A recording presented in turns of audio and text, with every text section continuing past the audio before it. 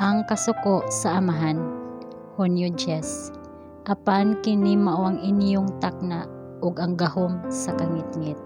Lucas kapitulo 22 bersikulo 53. Samtang ang anak sa Dios miduko diha sa kinaiya sa pag-ampo didto sa tanaman sa Getsemani, ang kasakit sa iyang espiritu nagpugos gikan sa iyang mga lungag sa singot ug sama sa dagkong tulo sa dugo. Dinhi gilibutan siya sa kalisang sa dakong kangitngit. Ang mga sala sa kalibutan anaa sa ibabaw niya. Siya nagantos pulis sa tawo isip usa ka malapason sa balaod sa iyang amahan.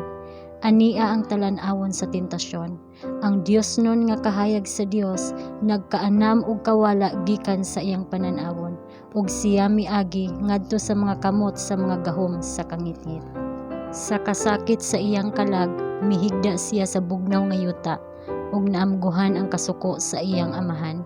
Iyang gikuha ang kopa sa pag-antos gikan sa mga ngabil sa sad-an nga tawo ug misugyot nga imnon kini sa iyang kaugalingon ug puli niini ihatag ngadto sa tawo ang kopa sa panalangin. Ang kasuko nga nahulog unta sa tawo karon nahulog na kang Kristo. Dinhi mikurog ang misteryosong kopa sa iyang kamot. Si Jesus kanunay nga miadto sa Getsemani uban sa iyang mga disipulo alang sa pagpamalandong ug pag-ampo. Wala pasukad nga ang manuluwas mibisita sa dapit nga adunay kasing-kasing nga puno sa kasubo. Dili ang lawas ng pag-antos diin ang anak sa Dios nalusno. Ang mga sala sa usa ka nawala nga kalibutan anaa sa ibabaw niya ug nagdaog kaniya. Kadto mo'y usa ka pagbati sa pagkasuko sa iyang amahan tungod sa sala nga nagkunis-kunis sa iyang kasing-kasing sa hilabihan nga kasakit ug mipilit gikan sa iyang agtang sa dagkong mga tulo sa dugo. Kita adunay gamay ra nga mga ideya sa dili mahulagway nga kaguol sa minahal nga anak sa Dios sa Getsemani. Samtang iyang naamguhan ang iyang pagkabulag gikan sa iyang amahan, agig sangputanan sa pagpas-an sa sala sa tawo. Nahimo siyang sala alang sa nahulog nga kaliwat.